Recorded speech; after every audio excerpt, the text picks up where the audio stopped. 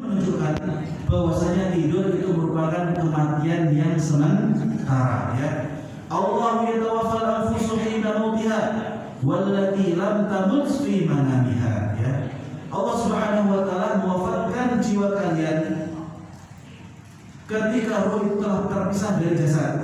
Wallati lam tamut fi manamiha, akan tapi jika orang tersebut tidur, walaupun sebagian ulama mengatakan ruhnya itu berpisah dari jasad, maka itu bukan kematian yang sebenarnya, ya. Maka itu 8 poin yang menjelaskan tentang kita bagaimana azab yang akan Allah Subhanahu wa taala berikan kepada orang-orang kafir, orang-orang musyrik, orang-orang munafik, dan orang-orang ahli maksiat. Dan pendapat yang lebih rajih tentang ruh yang diadab di alam barzakh, tentang yang diadab di alam barzakh, yaitu ruhnya saja, dunal jasad. Ruhnya saja, bukan termasuk jasad. Akan tapi kita wajib meyakini Allah Maha Mampu. Jika Allah menginginkan, azab tadi juga akan diterima oleh jasadnya, seperti itu. Karena jika setiap orang kafir Allah Subhanahu wa taala azab jasadnya, maka tidak akan tersisa orang yang kafir di atas permukaan bumi ini. Yang benar itu sedikit apa yang kami sampaikan. Kami sengaja berikan porsi yang lama untuk sesi tanya jawab, dan sekarang kami berikan kesempatan bagi para jemaah ingkang ajeng tamat, monggo kami persilakan. Oh, langsung ya, mau ya, silakan pertanyaan.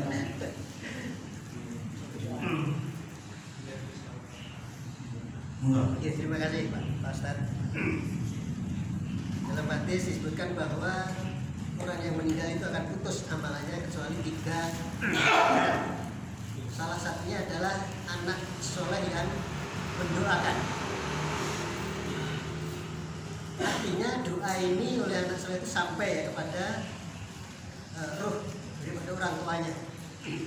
Kemudian kalau anak soleh ini mendoakan dan dibantu oleh saudaranya, sahabatnya, tetangganya, dan lain-lain orang banyak, itu juga sampai atau tidak? Ya. Yang pertama. Kemudian yang istilahnya doa itu apakah sekedar memintakan ampun atau bacaan-bacaan kita ya, yang dikirimkan kepada ruh orang tua itu nyampe juga atau tidak? Baik, pertanyaan sangat bagus. Doa yang diberikan kepada si mayit, apakah itu sampai atau tidak? Kemudian amalan-amalan apa saja yang bisa sampai kepada si mayit dan bermanfaat baginya? Bapak Ibu yang Allah Subhanahu wa taala, tentu saja para ulama sepakat bahwasannya seseorang jika mendoakan saudaranya entah masih hidup ataupun masih mati, itu insyaallah taala akan sampai kepada tujuannya. Contohnya kalau misalnya kata di belakang ada Pak Agus misalnya. Pak Agus ada Pak Agus ya? Ya. Kita doakan ya Allah, semoga Pak Agus diterima amal-amalnya. Semoga Pak Agus diluaskan rezekinya. Semoga Pak Agus diwafatkan dalam keadaan husnul khatimah. Doa-doa yang seperti itu Bapak Ibu sekalian, itu akan sampai kepada orangnya, baik kita sebutkan namanya ataupun tidak. Contohnya, misalnya ada orang yang pernah menolong saya, kemudian ternyata saya nggak tahu siapa orang itu. Kemudian saya mengatakan, ya Allah, karena orang tersebut sudah baik pada saya, ampunilah dosa-dosanya. Berikan ganjaran yang besar kepadanya, walaupun kita nggak sebutkan namanya. Allah Maha tahu kepada siapa kita mendoakan. Dan juga ketika kita mengucapkan Allahumma ighfir lil muslimina wal muslimat wal mu'minina wal mu'minat al ahya'i minhum wal amwat, maka kita mendoakan semua orang-orang yang beriman, semua orang-orang yang muslim, baik yang masih hidup ataupun telah mati, kita kenal atau tidak, maka semua akan mendapatkan fadilah dari doa kita. Maka doa para jemaah yang Allah Subhanahu wa taala itu boleh untuk kita tujukan kepada siapa saja. Kemudian misalkan kita undang orang untuk mendoakan saudara kita, boleh atau tidak? Maka jawabannya boleh, ya. Misalipun saya masih hidup, kemudian saya membuat acara tasyakuran, kemudian saya meminta kepada semua yang hadir di sini untuk mendoakan saya, maka jawabannya boleh atau tidak? Boleh. Tapi siapa yang jamin semua yang saya undang itu mau mendoakan saya? Yolah tekan yang belum nih, lihat tekan yang berpikir mahal ya. Nah, itu juga yang harus kita pertimbangkan. Maka sebenarnya yang paling bagus adalah ketika kita hidup, kita berusaha untuk mendoakan diri kita dan juga saudara-saudara kita. Kemudian tidak perlu banyak orang. Kita memfokuskan kepada beberapa orang saja yang kita yakin orang tersebut adalah orang soleh. Kemudian kita berwasiat kepada orang tersebut, Mas, atau misalkan Bu, atau siapa, nanti kalau saya meninggal dunia, tolong ya saya tiap sujud didoakan. Mantap pada Tuhan.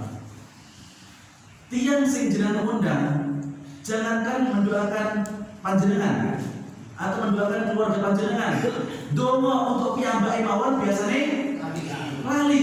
Nah, ini juga yang harus menjadi permasalahan. Tapi jika panjenengan memiliki niat untuk mengundang orang ke rumah, kemudian meminta untuk mendoakan keluarga panjenengan, maka ini hukumnya boleh, ya. Ini hukumnya boleh meminta orang lain untuk mendoakan kita ataupun keluarga kita yang telah meninggal dunia, itu boleh. Kemudian ini juga harus kita pahami, Ustaz, gimana kalau misalkan kita membaca Al-Quran, kemudian pahalanya kita niatkan untuk keluarga kita yang telah meninggal dunia, apakah pahalanya sampai? Maka permasalahan ini fihi khilaf bainal ulama. Sebagian ulama mengatakan sampai, sebagian ulama mengatakan ketika Anda mengatakan sampai harus ada dalil yang sahih. Akan tapi lebih rajih tentang permasalahan ini, yang lebih kuat tentang pahala mengirimkan baca Al-Quran ini adalah sampai, ya. Termasuk yang dipilih oleh Syekh Muhammad bin Shalih Al-Utsaimin, ya. Beliau mengatakan bahwasanya walaupun beliau tidak mengamalkannya, tapi beliau mengatakan amal soleh membaca Al-Quran itu akan sampai. Tapi yang para ulama sepakat, yang tidak ada khilaf sama sekali, yaitu sedekah. Ini tidak ada khilaf satupun di antara ulama yang mengatakan sedekah tidak sampai buatan-buatan. Semua ulama mengatakan bahwasanya pahalanya sampai. Jadi kalau misalkan panjenengan undang orang, kemudian jenengan sukani kalau jenengan sukani sembako, kalau jenengan sukani yotro, kemudian jenengan niatkan sedekah ini saya tujukan kepada bapak saya yang telah meninggal dunia, itu sudah pasti sampai, ya. Sedekah yang kita tujukan untuk si mayit itu sudah pasti sampai. Kemudian misalkan bapak jenengan dereng haji, jenengan menjadi orang yang suki belegedu ke depannya, kemudian jenengan ingin menghajikan orang tua, maka ini pahalanya juga sampai. Ataupun orang tuanya jenengan belum pernah umrah atau sudah pernah umrah tapi panjenengan ingin menghadiahkan umrah lagi, panjenengan umrah berangkat ke Arab Saudi, melakukan umrah, kemudian panjenengan mengatakan labbaik Allahumma umratan niyabatan an nabi, misalnya, ya Allah saya mengerjakan umrah yang pahalanya saya tujukan kepada orang tua saya, maka ini hukumnya juga boleh. Maka ada biasanya program yang dibuat oleh para mahasiswa Universitas Islam Madinah termasuk saya, itu program badal umroh. Artinya saya berangkat ibadah umroh tapi dengan biaya dari pihak keluarga. Nah, nanti saya umroh itu bukan pahalanya untuk saya, tapi pahalanya untuk keluarga si mayat tadi, ya. Biasanya kami membuka program itu ketika kami berangkat ke tanah suci seperti itu. Jadi ada di antara amalan-amalan yang sudah pasti sampai pahalanya, ada amalan-amalan yang fi khilaf bainal ulama, tapi ada amalan-amalan yang sudah pasti tidak sampai pahalanya. Apa itu salah contohnya? Misalnya panjenengan menganggap sesuatu itu amalan, akan tapi ternyata bukan amalan. Apa itu? Ketika panjenengan nyuwun terhadap sesuatu selain Allah Subhanahu wa taala, ya. Misalnya panjenengan pergi ke pohon tertentu atau misalkan sungai tertentu, kemudian jenengan meminta kepada sungai itu, wahai penghuni sungai, ya, bapakku yang telah mati, tolong panjenengan lindungi, misalnya seperti itu. Tolong panjenengan lindungi keluarga kula sing sampun sedo. Ini haram hukumnya, ya. Ini haram hukumnya panjenengan meminta kepada selain Allah Subhanahu wa taala. Ustaz, kalau misalkan saya meminta kepada orang soleh, kepada seorang kiai atau kepada seorang ustaz untuk mendoakan keluarga saya yang telah meninggal dunia, apakah boleh? Maka jawabannya boleh, ya. Maka jawabannya boleh. Akan tapi jika panjenengan mengundang orang yang acak, orang yang random, maka sampai atau tidaknya itu tergantung orang yang sendirian undang, ya, seperti itu, ya. Jangankan mendoakan orang lain, jangan sampai yang kita undang itu sholat mawon buatan, nanti kan masalah, ya, seperti itu.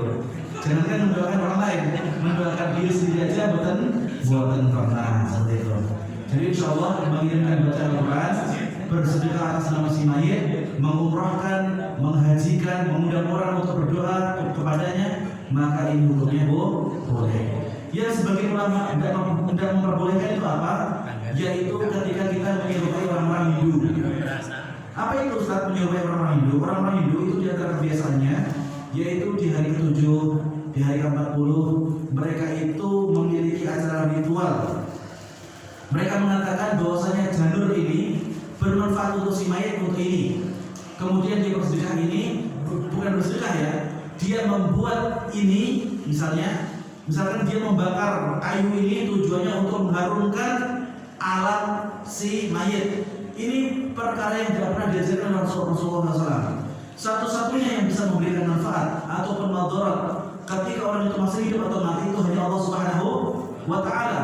Jadi kalau misalkan kita bersedekah kepada orang-orang, jangan mengatakan aqua ini bisa memberikan minuman bagi si mayat, ini hukumnya tidak boleh. Tapi ketika bersedekah saja, kemudian biarkan pahalanya untuk si mayat, insya Allah sampai, ya, insya Allah sampai, ya, seperti itu. Ada yang baik? Gitu, mudah-mudahan. Kalau tadi masalah doa itu sampai saya pernah lihat di TikTok itu dua atau tidak. Kalau ada orang yang meninggal, terus misalkan punya keturunan anak, terus anaknya itu misalkan buka aurat atau maksiat, katanya si orang tuanya itu kena azab karena perbuatannya anaknya itu. Apa betul itu? Iya, luar biasa ya. Ini jarang-jarang ya bapak-bapak buka TikTok ya. Biasanya buka TikTok kan muda. Tapi kalau yang jelas kontennya positif tidak masalah ya, boleh ya, tidak masalah buka TikTok ya. Baik, apakah seorang ayah ataupun seorang kakak yang punya adik perempuan itu akan diadab ketika kakak tadi atau ayah tadi meninggal dunia kemudian keluarganya bermaksiat? Maka di sini terbagi menjadi dua. Si adik atau si anak tadi melakukan kemaksiatan gara-gara bapaknya tidak pernah mengajarkan agama Islam atau pernah. Jika ternyata bapaknya itu sudah berusaha menjelaskan agama Islam dengan baik, ketika bapak tadi hidup menyuruh anaknya selalu memakai aurat, bapak selalu memakai jilbab, dilarang untuk membuka aurat di tempat umum, kemudian sudah mengajarkan ngaji, sudah mengajarkan hal-hal yang baik, dipondokkan dan seterusnya, tapi ternyata setelah bapaknya meninggal dunia, ternyata qadarullah anaknya menjadi anak yang nakal, maka di sini bapak tidak diadab. Yang diadab adalah siapa? Yaitu orang tua yang tidak pernah mengajarkan ilmu agama kepada anaknya, tidak pernah mengajarkan anak perempuannya untuk menutup aurat, tidak pernah mengajarkan anaknya untuk sholat, tidak pernah mengajarkan anaknya untuk baca Quran. Maka ketika anaknya itu membuka aurat, bapaknya juga akan terkena dosanya. Bukan cuma ketika telah meninggal dunia, panjenengan masih gesang niku dosane milih Pak. Wah, mana Ustaz? Ya iya. Tanggung jawab seorang bapak, seorang kakak, seorang suami itu wajib memastikan keluarganya mendapatkan swarga. Karena kapan keluarganya itu bermaksiat, kemudian orang tuanya itu tidak pernah melarang, tidak pernah menegur, bermaksiat secara terang-terangan Pak, yang panjenengan sadar tegur itu. Ketika bermaksiat secara sembunyi-sembunyi, kemudian panjenengan tidak mengerti, maka panjenengan terlepas dari hal tersebut. Karena Rasulullah SAW mengatakan, nahnu nahkumu bid-dhawahir, wallahu yatawalla as-sarair. Kita menghukumi sesuatu itu yang zahir, yang nampak. Yang tersembunyi itu adalah urusan Allah Subhanahu wa Ta'ala. Jadi kalau misalkan pun panjenengan melakukan kemaksiatan secara terang, kemudian jenengan boten pernah melarang, maka dalam kondisi itu walaupun masih hidup pun panjenengan tetap akan berdosa.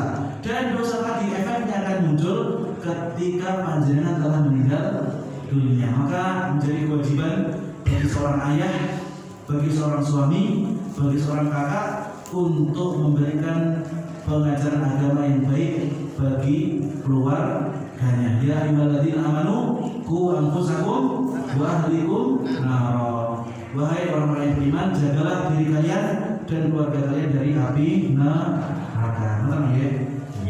Silakan yang lain. Ye, monggo. Dan kita terima kasih Ustaz. Sebenarnya pertanyaan saya menyinggung masalah yang kemarin Ustaz, tentang jenazah itu ketika dimakamkan para petajia masuk makam harus melepas sandal. Dalam penjelasan Ustaz, setiap langkah para tajia itu didengar oleh para jenazah tersebut. Terus yang kedua, pada saat di makam tidak boleh menduduki makam.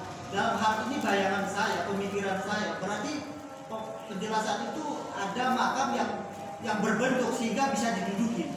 Apakah membuat makam yang menyerupai tempat duduk tadi itu dibolehkan tidak? Ada efeknya enggak dengan jenazah yang ada? Terus yang kedua, tadi Ustaz menyampaikan bahwa jenazah atau jasad kita dicopot kabeh itu tidak dirasakan oleh jenazah itu karena roh kita sudah diangkat.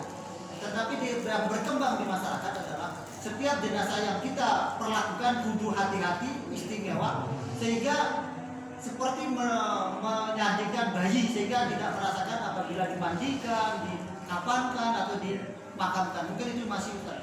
Ya. Ya, pertanyaan yang sangat bagus. Ustaz tadi kan atau kemarin saya bilang kalau misalkan si mayit itu bisa mendengar langkah seseorang, kemudian kita tidak boleh duduk di atas makam. Duduk Bapak Ibu sekalian itu tidak harus di atas kursi. Jenazah yang dengan kata ini lenggah. Artinya ketika Nabi SAW mengatakan janganlah kalian duduk di atas makam, itu tidak mesti makamnya harus berbentuk kotak atau segitiga atau lonjong atau oval. Tanah yang datar pun panjenengan juga bisa duduk di atasnya. Contoh, masjid ini bergunjal atau lurus Pak Ibu? Lurus saja panjenengan bisa duduk. Yang artinya dari hadis tadi Nabi SAW tidak menunjukkan bahwasanya makam itu berbentuk atau tidak. Bahkan Bapak Ibu yang dimaksud Allah Subhanahu wa taala, tapi ini hadisnya dhaif ya. Innal qabra mu'arraf la yarhamuhumullah. Ini hadisnya dhaif. Kalau dhaif saya katakan dhaif ya. Makam yang masih dikenal itu Allah Subhanahu wa taala tidak menurunkan rahmat untuknya. Artinya apa?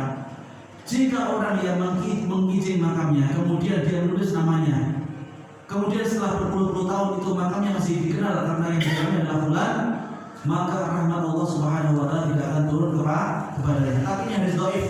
Artinya apa? Jangan tidak boleh mempercayainya secara latar. Kenapa? Karena ada sampai saat ini beberapa makam yang para sahabat pun kita juga masih mengetahui itu merupakan makam sahabat. Kenapa Bapak Ibu para jamaah yang Allah Subhanahu wa taala mengizin itu kok dilarang dalam agama Islam? Satu, karena tanah kuburan itu bukan hak milik, itu merupakan tempat umum. Kalau misalkan panjenengan izin kuburan panjenengan, artinya jenengan sudah mengkapling tempat itu untuk panjenengan selama-lamanya. Tidak boleh digeser untuk siapapun. Apakah panjenengan bu terima misalnya jenengan pun ngecor atos-atos 3 tahun kemudian mboten tiyang sing dodoli cocokan menika kita terima mboten terima. Ketika panjenengan mboten terima, apakah sing jenengan bangun mau hak milik panjenengan atau milik masyarakat umum? Umum. Jika seandainya semua orang mengizin, terus orang yang datang 10 tahun ke depan mau dimakamkan di mana?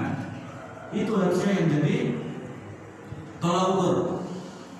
Adapun rahmat Allah Subhanahu wa taala insyaallah tetap akan turun kepada orang yang diizin pun makamnya.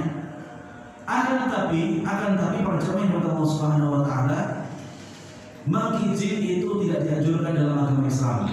Kenapa?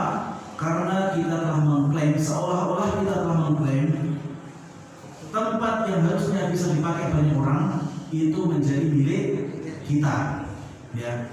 Maka sebaik-baik makam adalah makam yang nanti bisa digunakan oleh orang setelah kita, seperti itu. Jangan gunduk nih, atau jangan kasih patok atas bawah, patoknya api, elek, tidak masalah, silakan. Mau patok dari emas atau berlian pun dimonggo, silakan, ya. Tapi ini mungkin mesti dicolong uang, ya mesti, ya. Maka Bapak Ibu yang Allah Subhanahu wa taala, perkara modal mengkijing, yaitu itu nanti akan meninggalkan efek negatif karena orang yang datang setelah kita itu tidak bisa dimakamkan di tempat tersebut. Tapi ini teman tersebut dan keluarga ini pun tidak dipun cor kuburan ini pun.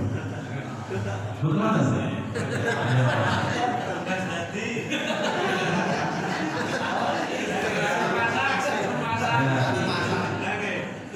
Menawi jenengan ini Ibu teng negara maju, contohnya apa? Singapura walaupun bisa itu negara kafir, maka non muslim walaupun Kristen sing sugih bledu niku mboten pareng dipun kijing menika. Karena apa? Singapura niku cimut sempit.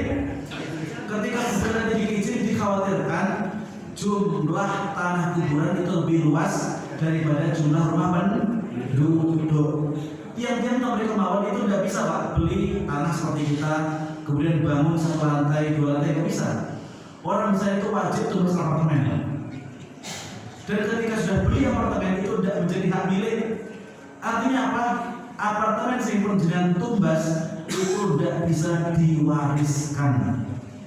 Jadi setiap anak itu harus bekerja untuk bisa membeli apartemennya sendiri. Ya, seperti itu.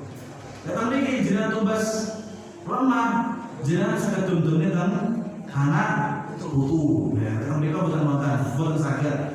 Artinya apa? Negara maju pun walaupun non muslim, mereka tahu bahwasanya mengkijing atau ngecor kuburan ini memiliki efek negatif. Akan tapi efek untuk si mayat itu insya Allah benar.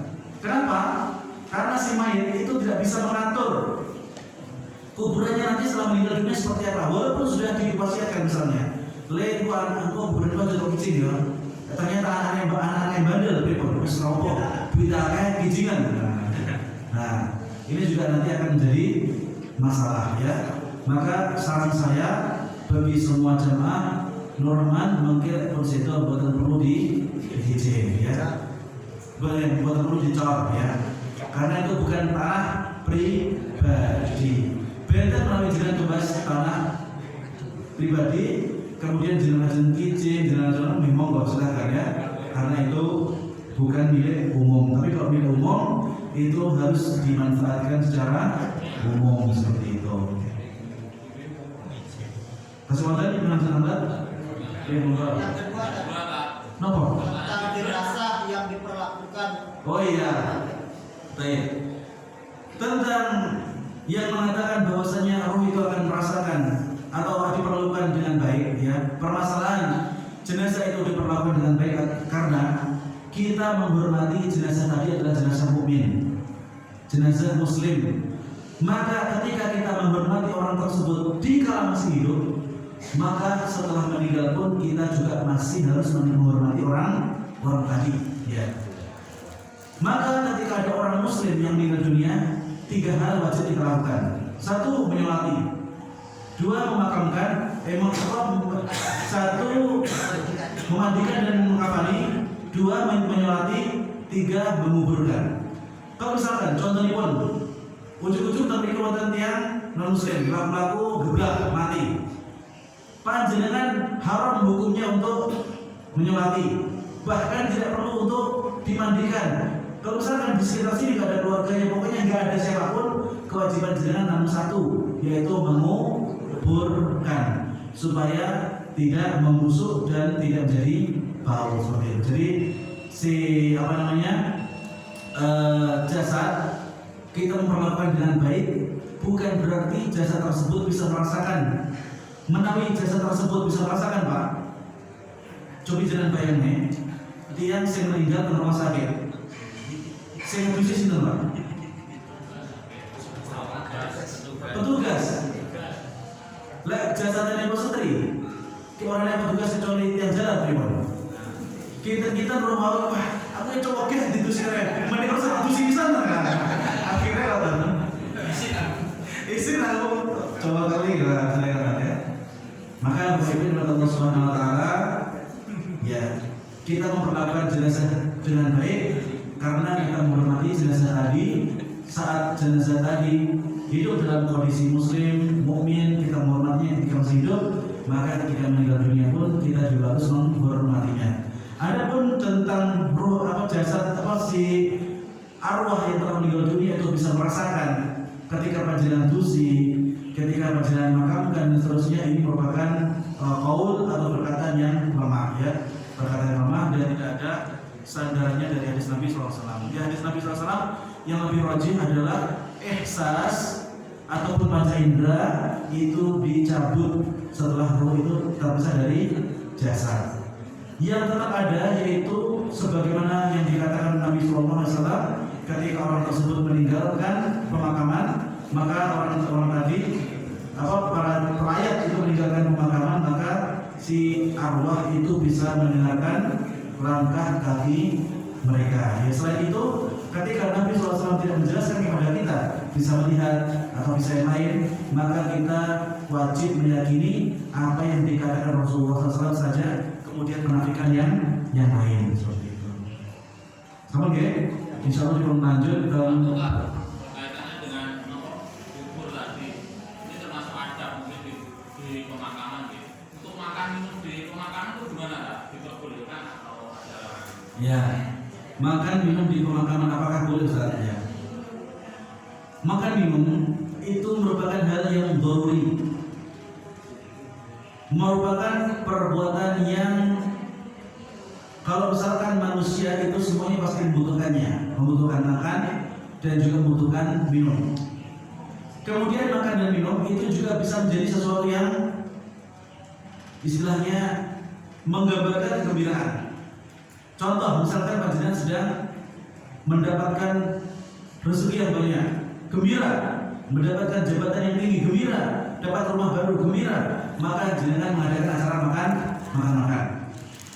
Jika acara makan tadi untuk mewujudkan kegembiraan, maka hukumnya haram dilakukan di pemakaman.